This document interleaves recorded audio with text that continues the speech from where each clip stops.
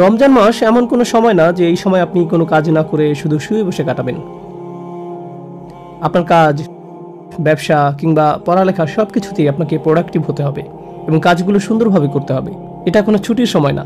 অনেক মুসলিম দেশেই মানুষ রমজানের সময় ফজর পর্যন্ত জেগে থাকে, এরপর বিকেল 4টা পর্যন্ত ঘুমিয়ে কাটিয়ে দেয়, এরপর ঘুম থেকে উঠে ইফতার করে, আবার আগের নিয়ম অনুযায়ী রাত জাগা পাখির মতো সারা রাত জেগে থাকে। কিন্তু এটা রমজানের আসল উদ্দেশ্য না।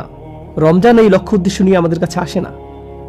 এছাড়াও এই মাসে গুরুত্বপূর্ণ বিষয় রাতের ইবাদত অর্থাৎ তাহাজ্জুদ। বহু মুসলিমের নিয়মিত 5 ওয়াক্ত নামাজ আদায় করতেই কষ্ট হয়ে যায়, কিন্তু আপনার বিষয়টা এমন হতে পারে যে আপনি নিয়মিত নামাজ আদায় করেন কিন্তু তাহাজ্জুদ ছুটে যায়। তবে এই মাসটা আপনার সামনে তাহাজ্জুদের অভ্যাস করার সুযোগ এনে দেয়। ওয়ারাতিলিল কুরআনা তারতিলা, এবং কোরআন আবৃত্তি করুন সুবিন্যস্তভাবে এবং স্পষ্টভাবে। কোরআনে এই আয়াত এসেছে রাতের ইবাদতে কোরআন সুন্দরভাবে তিলাওয়াতের ব্যাপারে। আর তারাবি হলো রাতের ইবাদতের জন্য প্রশিক্ষণ। আপনার যদি তারাবি ছুটেও যায় কিন্তু এরপরও আপনি তাহাজ্জুদের জন্য উঠতে পারেন, সেটাও আপনার জন্য উত্তম। আমাদের চিন্তাধারায় পরিবর্তন আনতে হবে যাতে রমজানের সর্বোচ্চ উত্তম ব্যবহার আমরা করতে পারি। তাই আপনার জন্য আরও কিছু পরামর্শ হলো, আপনি যদি কোনো কারণে তারাবি পড়তে না পারেন তাহলে আপনি যা করতে পারেন তা হলো মসজিদে গিয়ে ইশার নামাজ পড়ুন, সাথে কিছু নফল নামাজ পারলে আদায় করুন, এরপর আবার ফজরের নামাজে মসজিদে যান।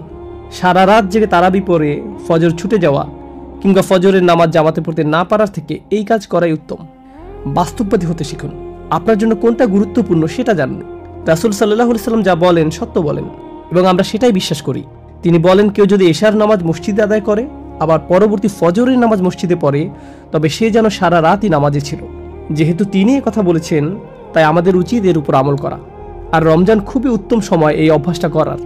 আমার নিজের ব্যক্তিগত জীবনে আমি আমার বন্ধু এবং ছাত্রছাত্রীদেরকে এই কথা বলে থাকি যে কেউ যদি এশা এবং ফজর মসজিদে আদায় করার অভ্যাস করতে পারে তবে সে অবশ্যই প্রোডাক্টিভ জীবন কাটাতে সক্ষম হবে।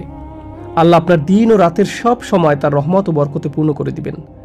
এছাড়াও আপনার জীবনে উন্নতি হবে। তাই রমজান মাসে উত্তম সময় এই অভ্যাস করার। তাই এমন কোনো ইবাদতের চেষ্টা করবেন না যা আপনার সাধ্যের অতিরিক্ত এবং সেই অভ্যাস কিছুদিন পর আপনাকে ছেড়ে দিতে হয়। এই মাসে আপনার নিজের জীবনে কিছু সুন্দর অভ্যাস করার সুযোগ আসে যা আপনি অন্যান্য মাসগুলোতেও ধরে রাখতে পারেন।